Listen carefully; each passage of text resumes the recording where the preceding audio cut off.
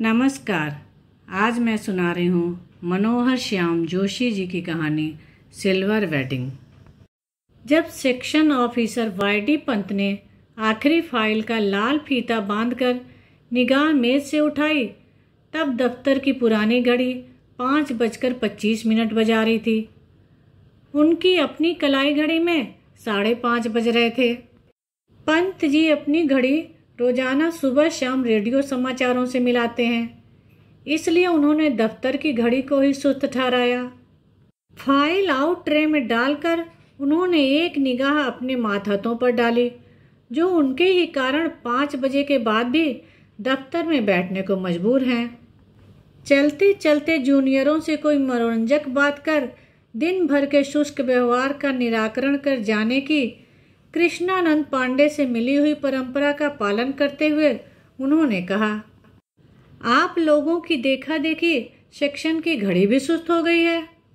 सीधे assistant grade में आए नए छोकरे चड्ढा ने, जिसकी चौड़ी मोहरे वाली पतलून और ऊंची एड़ी वाले जूते पंत जी को समहाउ इम्प्रॉपर मालूम होते हैं, थोड़ी बदतमीजी सी की। एज यूजुअल बोला, बड़े बाऊ, आपकी अपनी चूनेदानी का क्या हाल है? वक्त सही देती है?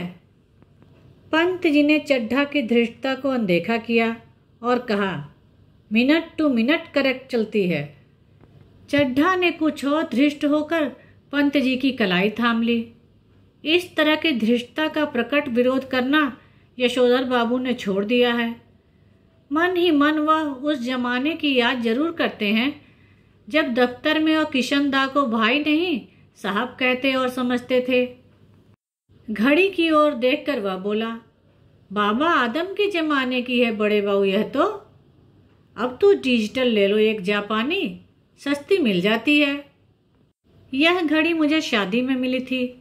हम पुरानी चाल के, हमारी घड़ी पुरानी चाल की। अरे यही बहुत है कि अब तक राइट टाइम चल रही है। क्यों, कैसी रही? इस तरह का नहले पर दहला जवाब देते हुए एक हाथ आगे बढ़ा देने की परंपरा थी।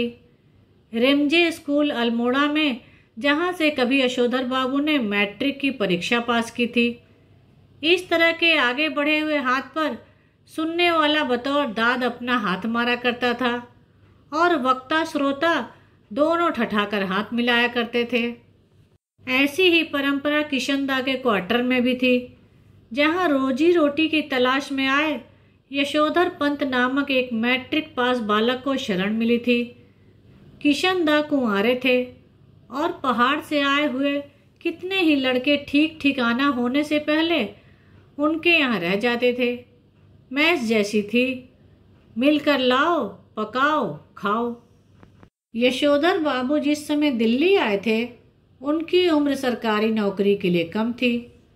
कोशिश करने पर भी बाय सर्विस में वह नहीं लगाए जा सके। तब किशनदा ने उन्हें मैस का रसोइया बनाकर रख लिया। यही नहीं, उन्होंने यशोधर को 50 रुपये उधार भी दिए कि वह अपने लिए कपड़े बनवा सके और गांव पैसा भेज सके। बाद में इन्हीं किशनदा ने अपने ही नीचे नौकरी दिलवाई और दफ्तरी जीवन में मार्गदर्शन किया। चड्ढा ने जोर से कहा, बड़े बाऊ, आप किन ख्यालों में खो गए? मेनन पूछ रहा है कि आपकी शादी कब हुई थी? यशोधर बाबू ने सक पकाकर अपना बढ़ा हुआ हाथ वापस खींचा और मेनन से मुखातिब होकर बोले, now let me see, I was married on 6 February 1947। Menon ने फौरन हिसाब लगाया और चहक कर बोला, many happy returns of the day sir. आज तो आपका सिल्वर वेडिंग है। शादी को पूरा 25 साल हो गया। यशोधर जी खुश होते हुए झेंपे और झेंपते हुए खुश हुए। यह अदा उन्होंने किशनदा से सीखी थी। चड्ढा ने घंटी बजाकर चपरासी को बुलाया और कहा, सुन भाई भगवान दास, बड़े बहू से बड़ा नोट ले और सारे सेक्शन के लिए चाय पानी का इंतजाम कर फटाफट। यशोधर जी बोले, अरे ये वेडिंग एनिवर्सरी वगैरह सब गोरे साहबों के चोचले हैं, हमारे यहाँ थोड़े ही मनाते हैं। चड्ढा बोला, मिक्सचर मत पिलाइए गुरुदेव। चाय, मट्ठी, लड्डू, बस इतना ही तो सौदा है। इनमें कौन आपकी बड़ी माया निकली जाती है। यशोधर बाबू ने जेब से बटुआ और बटुए में से 10 का नोट निकाला और कहा, आप लोग चाय पीजिए, दैट तो आई डू नॉट माइंड, लेकिन जो हमारे लोगों में कस्टम नहीं है उस पर इंसिस्ट करना, दैट मैं समहाउ इम्प्रॉपर फाइंड करता हूँ। चड्ढा ने 10 का नोट चपरासी को दिया और पुनः बड़े बाबू के आगे हाथ फैला दिया कि एक नोट से सेक्शन का क्या बनता है, रुपए 30 हो तो चुग्गे भर का जुगाड़ करा सकें। सारा सेक्शन जानता है कि यशोधर बाबू अपने बटुए में 100-150 रुपये हमेशा रखते हैं, भले ही उनका दैनिक खर्च नगण्य है। और तो और बस टिकट का भी खर्च नहीं।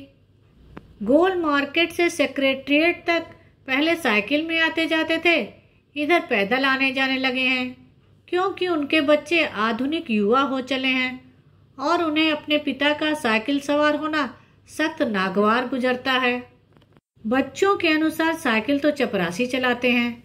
बच्चे चाहते हैं कि पिताजी स्कूटर ले लें, लेकिन पिताजी को समहाउ स्कूटर निहायत बेहुदा सवारी मालूम होती है, और कार जब अफोर्ड ही नहीं की जा सकती तब उसकी बात सोचना ही क्यों। चड्ढा के जोड़ देने पर बड़े बाबू ने 10-10 के नोट 2 और दे दिए, लेकिन सारे सेक्शन के इसरार करने पर भी वह अपनी सिल्वर वेडिंग की इस दावत के लिए रुके नहीं। मातहत लोगों से चलते चलाते थोड़ी हंसी मजाक कर लेना किशनदा की परंपरा में है। उनके साथ बैठकर चाय पानी और गप गपाष्टक में वक्त बर्बाद करना उस परंपरा के विरुद्ध है। इधर यशोधर बाबू ने दफ्तर से लौटते हुए रोज बिरला मंदिर जाने और उसके उद्यान में बैठकर कोई प्रवचन सुनने अथवा स्वयं ही प्रभु का ध्यान लगाने की नई रीत अपनाई है। यह बात उनके पत्नी बच्चों को बहुत अखरती है। बब्बा, आप कोई बुढ़े थोड़े ही हैं जो रोज रोज मंदिर जाएं, इतने ज्यादा व्रत करें, ऐसा कहते हैं वे। यशोधर बाबू इस आलोचना को अनसुना कर देते हैं। सिद्धांत के धनी की किशनदा के अनुसार यही निशानी है। बिड़ला मंदिर से उठकर यशोधर बाबू पहाड़गंज जाते हैं और घर के लिए साग सब्जी खरीद लाते हैं। किसी से मिलना मिलाना हो तो वह भी इसी समय कर लेते हैं। तो भले ही दफ्तर 5 बजे छूटता हो, वह घर 8 बजे से पहले नहीं पहुंचते। आज बिड़ला मंदिर जाते हुए यशोधर बाबू की निगाह उस आहते पर पड़ी जिसमें कभी किशनदा का 3 बेडरूम वाला क्वार्टर हुआ करता था और जिस पर इन दिनों एक 6 मंजिला इमारत बनाई जा रही है। इधर से गुजरते हुए कभी के DIZ एरिया की बदलती शक्ल देखकर यशोधर बाबू को बुरा सा लगता है। ये लोग सारा गोल मार्केट क्षेत्र तोड़कर यहाँ 1 मंजिला क्वार्टरों की जगह ऊंची इमारतें बना रहे हैं। यशोधर बाबू को पता नहीं कि वे लोग ठीक कर रहे हैं या कि गलत कर रहे हैं। उन्हें यह जरूर पता है कि उनकी यादों के गोल मार्केट के ढहाए जाने का गम मनाने के लिए उनका इस क्षेत्र में डटे रहना निहायत जरूरी है। उन्हें एंड्रयूजगंज, लक्ष्मीबाई नगर, पंडारा रोड आदि नई बस्तियों में पद की गरिमा के अनुरूप D2 टाइप क्वार्टर मिलने की अच्छी खबर कई बार आई है, मगर हर बार उन्होंने गोल मार्केट छोड़ने से इनकार कर दिया है। जब उनका क्वार्टर टूटने का नंबर आया तब भी उन्होंने इसी क्षेत्र की इन बस्तियों में बचे हुए क्वार्टरों में एक अपने नाम अलाट करा लिया। पत्नी के यह पूछने पर कि जब यह टूट जाएगा तब क्या करोगे, उन्होंने कहा तब की तब देखी जाएगी। कहा और उसी तरह मुस्कुराए जिस तरह किशनदा यही फिक्रा कहकर मुस्कुराते थे। सच तो यह है कि पिछले कई वर्षों से यशोधर बाबू का अपनी पत्नी और बच्चों से हर छोटी बड़ी बात में मतभेद होने लगा है और इसी वजह से वह घर जल्दी लौटना नहीं पसंद करते। जब तक बच्चे छोटे थे तब तक उनकी पढ़ाई लिखाई में मदद कर सकते थे। अब बड़ा लड़का एक प्रमुख विज्ञापन संस्था में नौकरी पा गया है। यद्यपि समहाउ यशोधर बाबू को अपने साधारण पुत्र को असाधारण वेतन देने वाली यह नौकरी कुछ समझ में नहीं आती। वह कहते हैं कि 1,500 रुपया तो हमें अब रिटायरमेंट के पास पहुंचकर मिला है। शुरू में ही 1,500 रुपया देने वाली इस कंपनी में जरूर कोई पेंच होगा।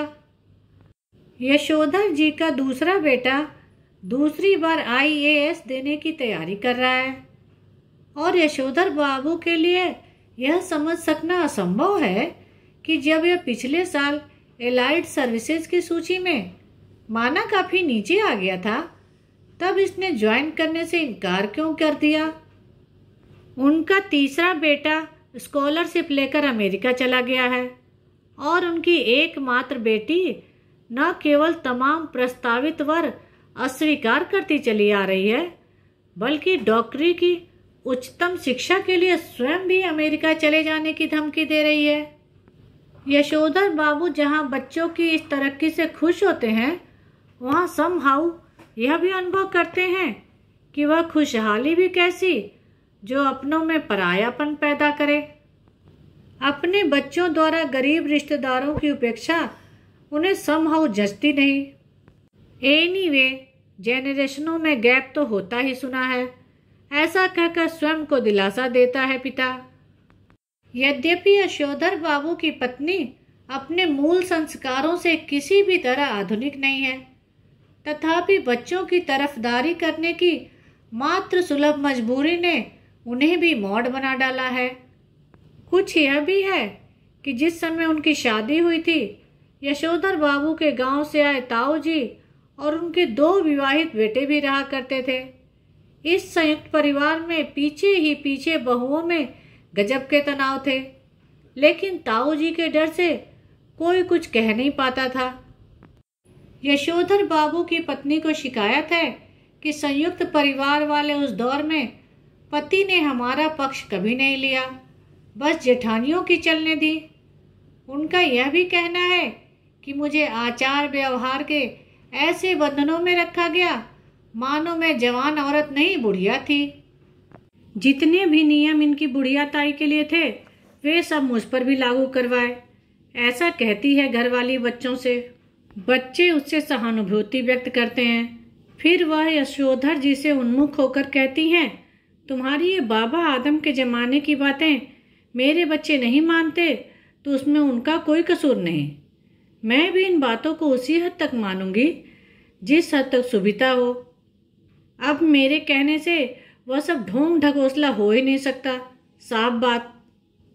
धर्म, कर्म, कुल, परंपरा सबको ढोंग ढकोसला कहकर घरवाली आधुनिकाओं सा आचरण करती है, तो यशोधर बाबू शायनल बुढ़िया, चटाई का लहंगा या बूढ़ी मुंह मुहास से लोग करें तमाशे कहकर उसके विद्रोह को मजाक में उड़ा देना चाहते हैं, अनदेखा कर देना चाहते हैं, लेकिन यह स्वीकार करने को बाध्य भी हो जाते हैं कि तमाशा स्वयं उनका बन रहा है।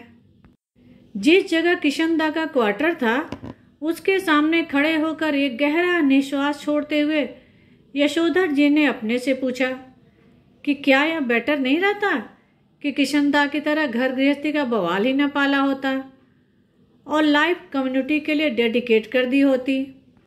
फिर उनका ध्यान इस ओर गया कि बाल जति किशनदा का बुढ़ापा सुखी नहीं रहा।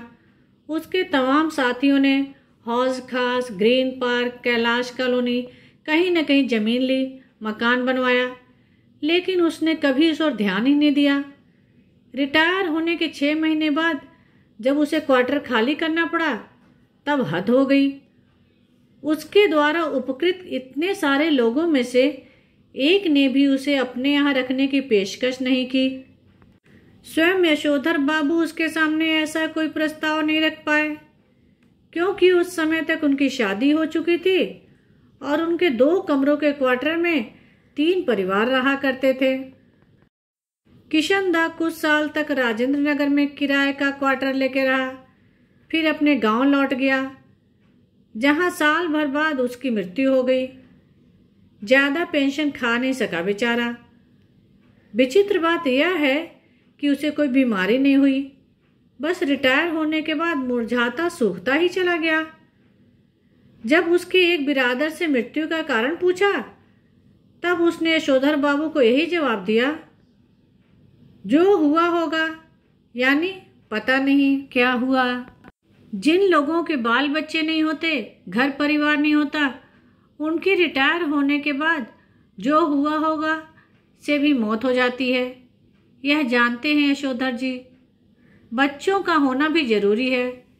यह सही है कि यशोधर जी के बच्चे मनमानी कर रहे हैं और ऐसा संकेत दे रहे हैं कि उनके कारण यशोधर जी को बुढ़ापे में कोई विशेष सुख प्राप्त नहीं होगा।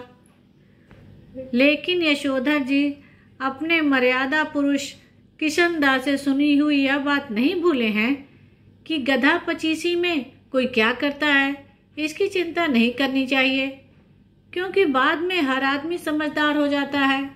यद्यपि युवा यशोधर को विश्वास नहीं होता, तथापि किशनदा बताते हैं कि किस तरह मैंने जवानी में 50 किस्म की खुराफात की है।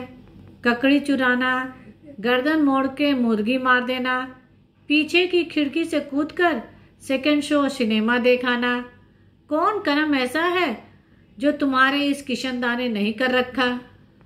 जिम्मेदारी सर पर पड़ेगी तब सब अपने ही आप ठीक हो जाएंगे। यह भी किशनदा से विरासत में मिला हुआ एक फिक्रा है, जिसे यशोधर बाबू अक्सर अपने बच्चों के प्रसंग में दोहराते हैं। उन्हें कभी कभी लगता है कि अगर मेरे पिता तब नहीं गुजर गए होते जब मैं मैट्रिक में था, तो शायद मैं भी गधा पचीसी के लंबे दौर से गुजरता। जिम्मेदारी सर पर पड़ गई तो जल्दी ही जिम्मेदार आदमी भी बन गया। जब तक बाप है तब तक मौज कर ले। यह बात यशोधर जी कभी कभी तंजिया कहते हैं, लेकिन कहते हुए उनके चेहरे पर जो मुस्कान खेल जाती है वह बच्चों पर प्रकट करती है कि बाप को उनका सनात होना, गैर जिम्मेदार होना कुल मिलाकर अच्छा लगता है। यशोधर बाबू कभी कभी मन ही मन स्वीकार करते हैं कि दुनियादारी में बीवी बच्चे उनके अधिक सुलझे हुए हो सकते हैं, लेकिन 2 के 4 करने वाली दुनिया ही उन्हें कहाँ मंजूर है जो उसकी रीत मंजूर करें। दुनियादारी के हिसाब से बच्चों का यह कहना सही हो सकता है कि बब्बा ने डीडीए फ्लैट के लिए पैसा न भर के भयंकर भूल की, किंतु समहाउ यशोधर बाबू को किशनदा की यह उक्ति अब भी जचती है। मूर्ख लोग मकान बनाते हैं, सयाने उनमें रहते हैं। जब तक सरकारी नौकरी तब तक सरकारी क्वार्टर, रिटायर होने पर गांव का पुश्तैनी घर। बस गांव का पुश्तैनी घर टूट फूट चुका है और उस पर इतने लोगों का हक है कि वहां जाकर बसना, मरम्मत की जिम्मेदारी ओढ़ना और बेकार के झगड़े मोल लेना होगा। इस बात को यशोधर जी अच्छी तरह समझते हैं। बच्चे बहस में जब यह तर्क दोहराते हैं तब उनसे कोई जवाब देते नहीं बनता। उन्होंने हमेशा यही कल्पना की थी और आज भी करते हैं कि उनका कोई लड़का रिटायर होने से पहले सरकारी नौकरी में आ जाएगा और क्वार्टर उनके परिवार के पास बना रह सकेगा। अब भी पत्नी द्वारा भविष्य का प्रश्न उठाए जाने पर यशोधर बाबू इस संभावना को रेखांकित कर देते हैं। जब पत्नी कहती है, अगर ऐसा नहीं हुआ तो आदमी को तो हर तरह से सोचना चाहिए, तब यशोधर बाबू टिप्पणी करते हैं कि सब तरह से सोचने वाले हमारी बिरादरी में नहीं होते हैं, उसमें तो एक ही तरह से सोचने वाले होते हैं, कहते हैं और कहकर लगभग नकली सी हंसी हंसते हैं। जितना ही इस लोक की जिंदगी यशोधर बाबू को यह नकली हंसी हंसने के लिए बाध्य कर रही है, उतना ही वह परलोक के बारे में उत्साही होने का यत्न कर रहे हैं। तो उन्होंने बिरला मंदिर की ओर तेज कदम बढ़ाए, लक्ष्मी नारायण के आगे हाथ जोड़े, असीक का फूल चुटिया में खोसा और पीछे से उस प्रांगण में जा पहुँचे जहाँ एक महात्मा जी गीता पर प्रवचन कर रहे थे। अफसोस आज प्रवचन सुनने में यशोधर जी का मन खास नहीं लगा। सच तो यह है कि वह भीतर से बहुत ज़्यादा धार्मिक और कर्मकांडी है नहीं। हाँ, इस संबंध में अपने मर्यादा पुरुष किशनदा द्वारा स्थापित मानक हमेशा उनके सामने रहे हैं। जैसे जैसे उम्र ढल रही है वैसे वैसे वह भी किशनदा की तरह रोज मंदिर जाने, संध्या पूजा करने और गीता प्रेस गोरखपुर की किताबें पढ़ने का यत्न करने लगे हैं। अगर कभी उनका मन शिकायत करता कि इस सब में लग नहीं पा रहा हूँ, तब उससे कहते कि भाई लगना चाहिए। अब तो माया मोह के साथ साथ भगवत भजन को भी कुछ स्थान देना होगा कि नहीं। नई पीढ़ी को देकर राजपाट, तुम लग जाओ वाट वन प्रदेश की। जो करते हैं, जैसा करते हैं करें। हमें तो अब इस वर्ल्ड की नहीं, उसकी इस लाइफ की नहीं, उसकी चिंता करनी है। वैसे अगर बच्चे सलाह मांगें, अनुभव का आदर करें तो अच्छा लगता है। अब नहीं मांगते तो न मांगे। यशोधर बाबू ने फिर अपने को झिड़का कि यह क्या हुआ कि मन को समझाने में फिर भटक गए। गीता महिमा सुनो। सुनने लगे, मगर व्याख्या में जो जनार्दन शब्द सुनाई पड़ा तो उन्हें अपने जीजा जनार्दन जोशी की याद हो आई। परसों ही कार्ड आया है कि उनकी तबीयत खराब है। यशोधर बाबू सोचने लगे कि जीजा जी का हाल पूछने अहमदाबाद जाना ही होगा। ऐसा सोचते ही उन्हें यह भी ख्याल आया कि यह प्रस्ताव उनकी पत्नी और बच्चों को पसंद नहीं आएगा। सारा संयुक्त परिवार बिखर गया है।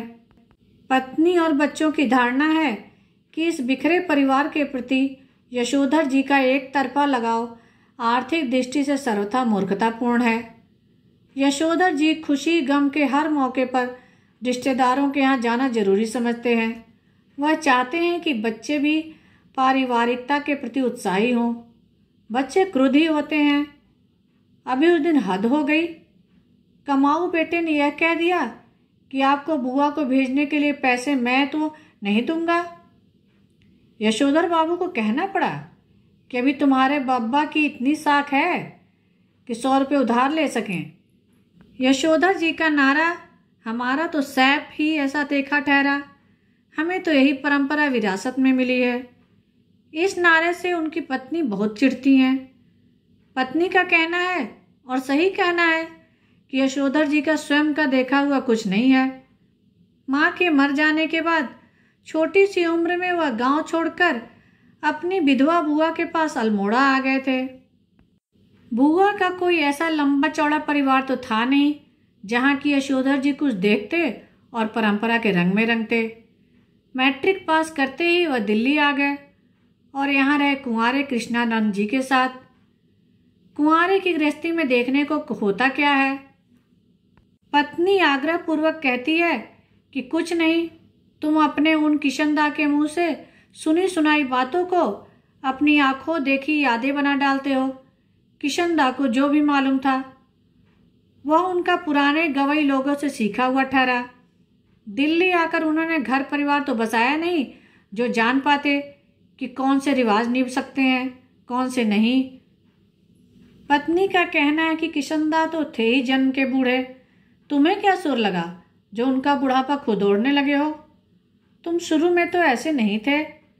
शादी के बाद मैंने जो तुम्हें देखा तो क्या नहीं रखा है। हफ्ते में 2-2 सिनेमा देखते थे, गज़ल गाते थे, गज़ल हुई और सहगल के गाने। यशोधर बाबू स्वीकार करते हैं कि उनमें कुछ परिवर्तन हुआ है, लेकिन वह समझते हैं कि उम्र के साथ साथ बुजुर्गियत आना ठीक ही है। पत्नी से क्या कहते हैं कि जिस तरह तुमने बुढ़िया काल में यह बगैर बाँह का ब्लाउज पहनना, यह रसोई के बाहर दाल भात खा लेना, यह ऊंची हील वाली सैंडल पहनना और ऐसे ही 50 काम अपनी बेटी के सलाह पर शुरू कर दिए हैं, मुझे तो वे समहाउ इम्प्रॉपर ही मालूम होते हैं। एनीवे, मैं तुम्हें ऐसा करने से रोक नहीं रहा। देयरफॉर तुम लोगों को भी मेरे जीने के ढंग से कोई ऐतराज नहीं होना चाहिए। यशोधर बाबू को धार्मिक प्रवचन सुनते हुए भी अपना पारिवारिक चिंतन में ध्यान डूबा रहना अच्छा नहीं लगा। सुबह शाम संध्या करने के बाद जब वह थोड़ा ध्यान लगाने की कोशिश करते, तब भी मन किसी परम सत्ता में नहीं, इसी परिवार में लीन होता है। यशोधर जी चाहते हैं कि ध्यान लगाने की सही विधि सीखें, तथा साथ ही वह अपने से भी कहते हैं परहैप्स ऐसी चीज़ के लिए रिटायर होने के बाद का समय ही प्रॉपर ठहरा। वानप्रस्थ के लिए प्रेस्क्राइब ठहरी ये चीज़ें।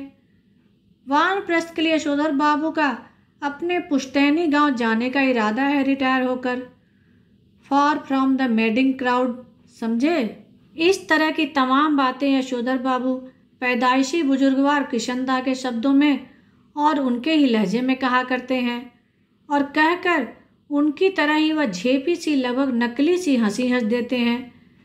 जब तक किशनदा दिल्ली में रहे, यशोधर बाबू नित्य नियम से हर दूसरी शाम उनके दरबार में हाजिरी लगाने पहुंचते रहे।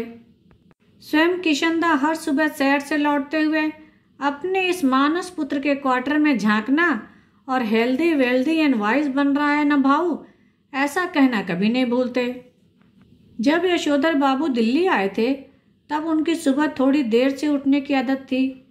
किशनदा ने उन्हें रोज़ सुबह झकझोर कर उठाना और साथ सैर में ले जाना शुरू किया और यह मंत्र दिया कि early to bed and early to rise makes a man healthy wealthy and wise. जब यशोधर बाबू अलग क्वार्टर में रहने लगे और अपनी गृहस्थी में डूब गए, तब भी किशनदा ने यह देखते हुए रहना जरूरी समझा कि भाऊ यानी बच्चा सवेरे जल्दी उठता है कि नहीं। यशोधर बाबू को यह अच्छा लगता था कि कोई उन्हें भाऊ कहता है। हर सवेरे वह किशनदा से अनुरोध करते कि चाय पी कर जाएं। किशनदा कभी कभी इस अनुरोध की रक्षा कर देते। यशोधर बाबू ने किशनदा को घर और दफ्तर में विभिन्न रूपों में देखा है, लेकिन किशनदा की जो छवि उनके मन में बसी हुई है वह सुबह की सैर को निकले किशनदा की ही है। कुर्ते पजामे के ऊपर ऊनी गाउन पहने, सिर पर गोल विलायती टोपी और पाँव में देशी खड़ाऊ धारण किए हुए, हाथ में एक छड़ी लिए हुए।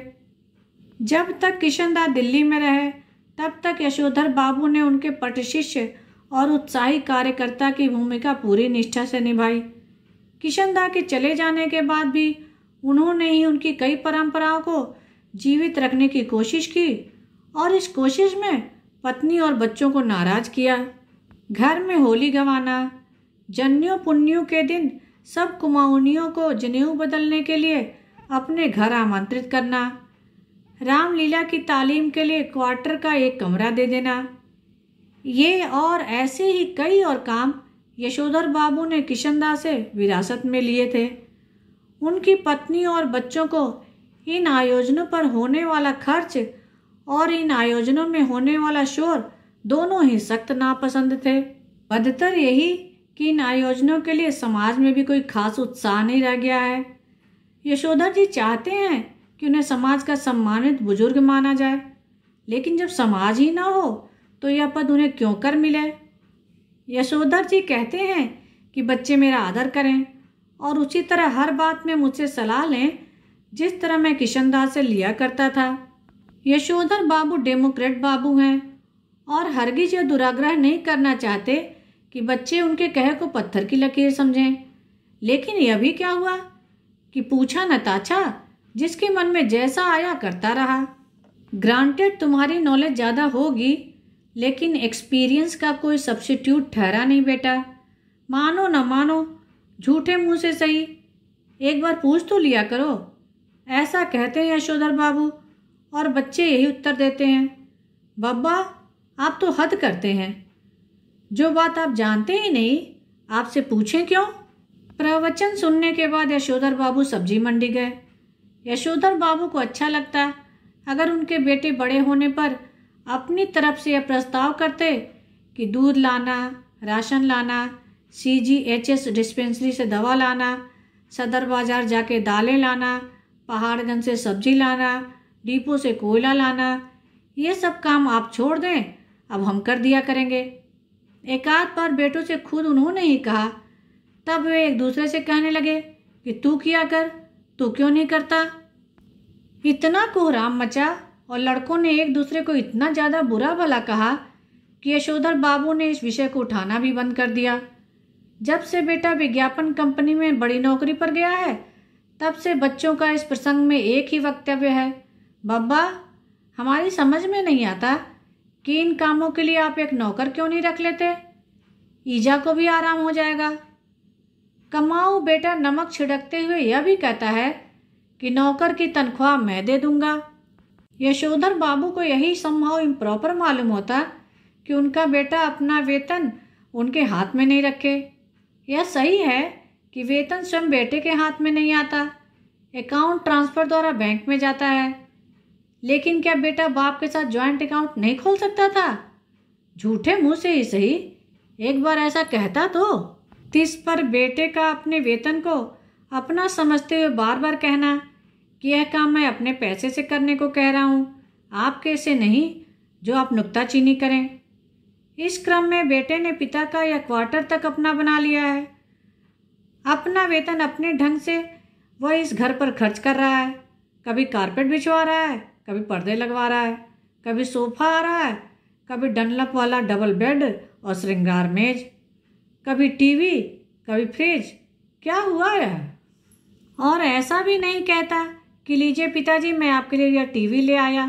कहता यही है कि यह मेरा टीवी है, समझे, इसे कोई न छुआ करे। क्वार्टर ही उसका हो गया, यह अच्छी रही। अब इनका एक नौकर भी रखो घर में। इनका नौकर होगा तो इनके लिए ही होगा, हमारे लिए तो क्या होगा, ऐसा समझाते हैं यशोधर बाबू घरवाली को। काम सब अपने हाथ से ठीक ही होते हैं। नौकरों को सौंपा कारोबार चौपट हुआ। कहते हैं यशोधर बाबू पत्नी सुनती है मगर नहीं सुनती, पर सुनकर अब चिढ़ती भी नहीं। सब्जी का झोला लेकर यशोधर बाबू खुदी हुई सड़कों और टूटे हुए क्वार्टरों के मलबे से पटे हुए लानों को पार करके स्क्वायर के उस कोने में पहुंचे जहां 3 क्वार्टर अब भी साबुत खड़े हुए थे। उन तीनों में से कुल एक को अब तक एक सिलसिला आबाद किए हुए है। बाहर बदरंग तख्ती में उसका नाम लिखा है, वाई.डी. पंत। इस क्वार्टर के पास पहुंचकर आज वाई.डी. पंत को पहले धोखा हुआ कि किसी गलत जगह आ गए हैं। क्वार्टर के बाहर एक कार थी, कुछ स्कूटर, मोटरसाइकिल, बहुत से लोग विदा ले रहे थे।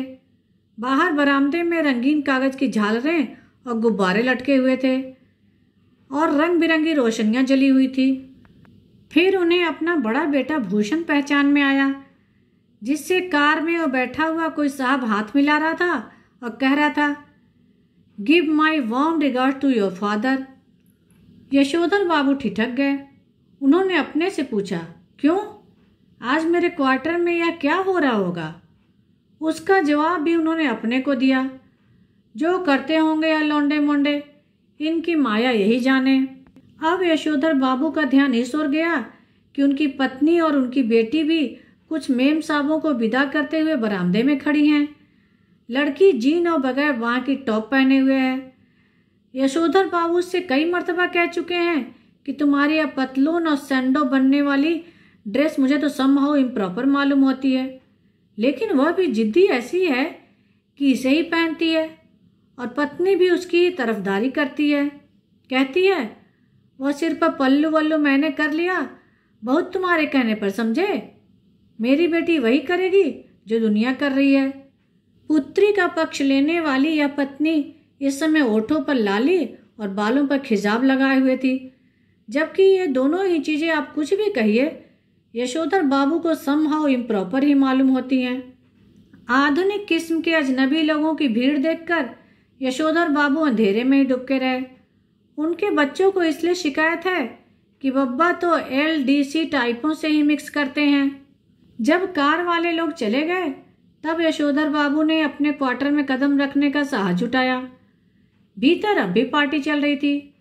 उनके पुत्र पुत्रियों के कई मित्र तथा उनके कुछ रिश्तेदार जमे हुए थे।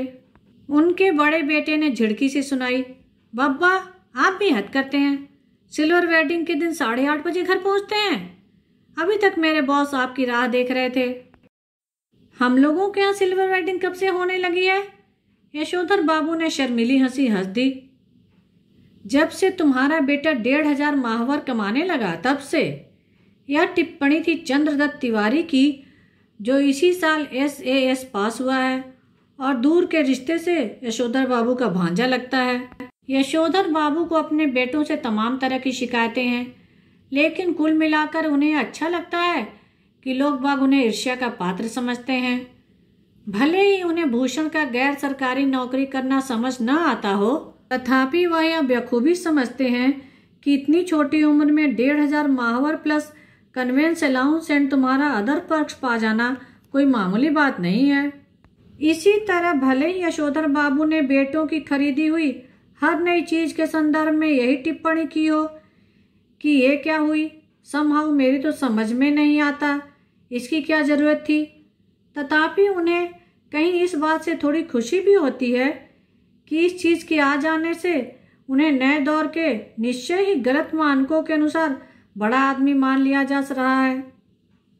मिसाल के लिए जब बेटों ने गैस का चूल्हा जुटाया तब यशोधर बाबू ने उसका विरोध किया, और आज भी वह यही कहते हैं कि इस पर बनी रोटी मुझे तो समहाउ रोटी जैसी लगती नहीं। तथापि वह जानते हैं गैस न होने पर वह इस नगर में चपरासी श्रेणी के मान लिए जाते। इसी तरह फ्रिज के संदर्भ में आज भी यशोधर बाबू यही कहते हैं, मेरी समझ में आज तक यह नहीं आया कि इसका फायदा क्या है। बासी खाना खाना अच्छी आदत नहीं ठहरी, और यह ठहरा इसी काम का कि सुबह बना के रख दिया और शाम को खाया। इसमें रखा हुआ पानी भी मेरे मन तो आता नहीं, गला पकड़ लेता है। कहते हैं मगर इस बात से संतुष्ट होते हैं कि घर आए साधारण हैसियत वाले मेहमान इस फ्रिज का पानी पीकर अपने को धन्य अनुभव करते हैं। अपनी सिल्वर वेडिंग की यह भव्य पार्टी भी यशोधर बाबू को समहाउ इम्प्रॉपर ही लगी। तथापि उन्हें इस बात से संतोष हुआ कि जिस अनाथ यशोधर के जन्मदिन पर कभी लड्डू नहीं आए, जिसने अपना विवाह भी कोऑपरेटिव से 2-4 हजार कर्जा निकाल कर किया बगैर किसी खास धूमधाम के, उसके विवाह की 25वीं वर्षगांठ पर केक, 4 तरह की मिठाई, 4 तरह की नमकीन, फल, कोल्ड ड्रिंक्स, चाय, सब कुछ मौजूद है। गिरीश बोला, मुझे आज सुबह बैठे बैठे याद आया कि आपकी शादी 6 फरवरी सन 47 को हुई थी, और इस हिसाब से आज उसे 25 साल पूरे हो गए हैं। मैंने आपके दफ्तर फ़ोन किया, लेकिन शायद आपका फ़ोन खराब था। तब मैंने भूषण को फ़ोन किया। भूषण ने कहा शाम को आ जाइए, पार्टी करते हैं। मैं अपने बॉस को भी बुला लूँगा इसी बहाने। गिरीश यशोधर बाबू की पत्नी का चचेरा भाई है, बड़ी कंपनी में मार्केटिंग मैनेजर है, और इसकी सहायता से ही यशोधर बाबू के बेटे को अपना यह संपन्न साला समहाउ भयंकर ओछाट यानी ओछेपन का धनी मालूम होता है। उन्हें लगता है इसी ने भूषण को बिगाड़ दिया है। कभी कहते हैं ऐसा तो पत्नी बरस पड़ती है, जिंदगी बना दी तुम्हारे 2nd क्लास BA बेटे की, कहते हो बिगाड़ दिया। भूषण ने अपने मित्रों सहयोगियों का यशोधर बाबू से परिचय कराना शुरू किया।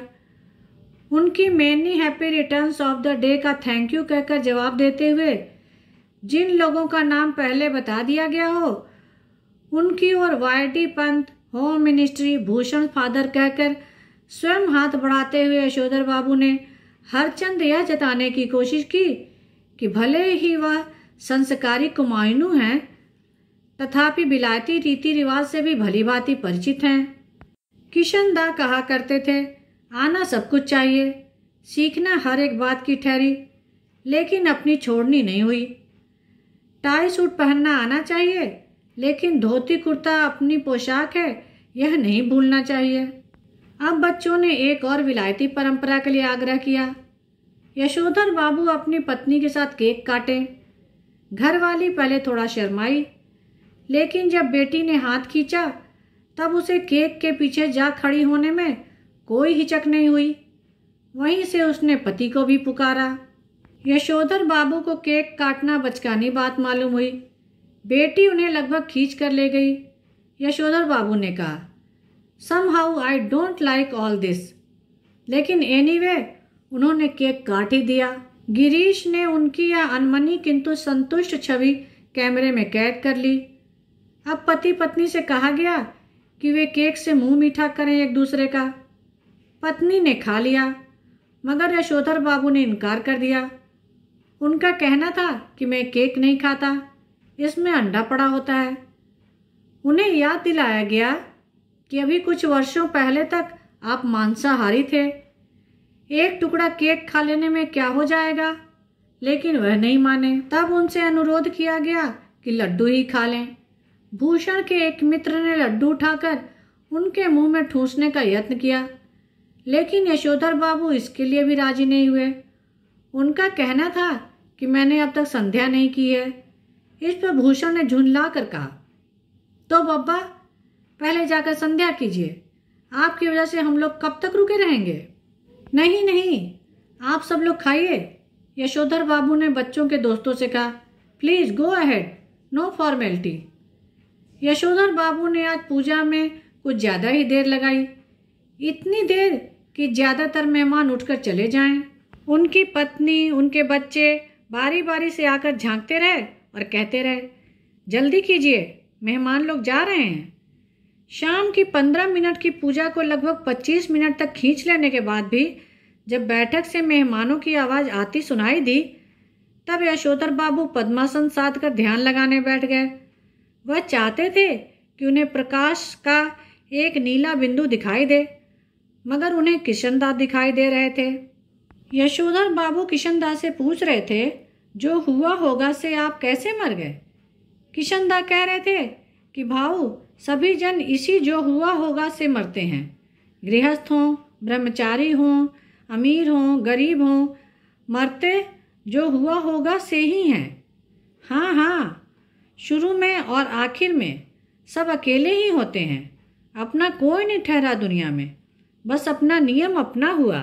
यशोधर बाबू ने पजामा कुर्ते पर ऊनी ड्रेसिंग गाउन पहने, सिर पर गोल विलायती टोपी, पाँव में देशी खड़ाऊ और हाथ में डंडा धारण किए इस किशनदास से अकेलेपन के विषय में बहस करनी चाहिए।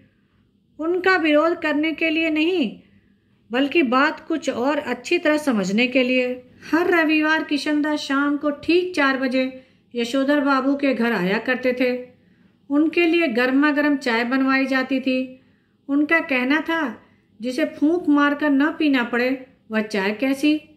चाय सुड़कते हुए किशनदास प्रवचन करते थे और यशोधर बाबू बीच बीच में शंकाएं उठाते थे। यशोधर बाबू को लगता है कि किशनदास आज भी मेरा मार्गदर्शन कर सकेंगे और बता सकेंगे कि मेरे बीवी बच्चे जो कुछ भी कर रहे हैं उसके विषय में मेरा रवैया क्या होना चाहिए। लेकिन किशनदास तो वही अकेलेपन का खटराग अलापने पर आमादा से मालूम होते हैं। कैसी बीवी, कहाँ के बच्चे, यह सब माया ठहरी। और यह जो भूषण आज इतना उछल रहा है, वह भी किसी दिन इतना ही अकेला और असहाय अनुभव करेगा जितना कि आज तू कर रहा है। यशोधर बाबू बात आगे बढ़ाते, लेकिन उनकी घरवाली उन्हें झिड़कते हुए आ पहुंची कि क्या आज पूजा में ही बैठे रहोगे। यशोधर बाबू आसन से उठे और उन्होंने दबे स्वर में पूछा, मेहमान गए। पत्नी ने बताया, कुछ गए कुछ हैं। उन्होंने जानना चाहा कि कौन कौन है। आश्वस्त होने पर कि सभी रिश्तेदार ही हैं, वह उसी लाल गमछे में बैठक में चले गए जिसे पहनकर वह संध्या करने बैठे थे। यह गमछा पहनने की आदत भी उन्हें किशनदास से विरासत में मिली है और उनके बच्चे इसके सख्त खिलाफ हैं। Everybody gone, party over, Yashodhar babu ने मुस्कुराकर अपनी बेटी से पूछा। अब गोया गमछा पहने रखा जा सकता है। उनकी बेटी झल्लाई, लोग चले गए, इसका मतलब थोड़ी ही है कि आप गमछा पहनकर बैठक में आ जाएं। बब्बा, यू आर द लिमिट। बेटी, हमें जिसमें सज आएगी वही करेंगे ना। तुम्हारी तरह जीन पहनकर हमें तो सज आती नहीं। यशोधर बाबू की दृष्टि मेज पर रखे कुछ पैकेटों पर पड़ी। बोले, ये कौन भूले जा रहा है। भूषण बोला, आपके लिए प्रेजेंट है, खोलिए ना। आह, इस उम्र में क्या हो रहा है प्रेजेंट। तुम खोलो, तुम ही इस्तेमाल करो, कहकर शर्मीली हंसी हंसे।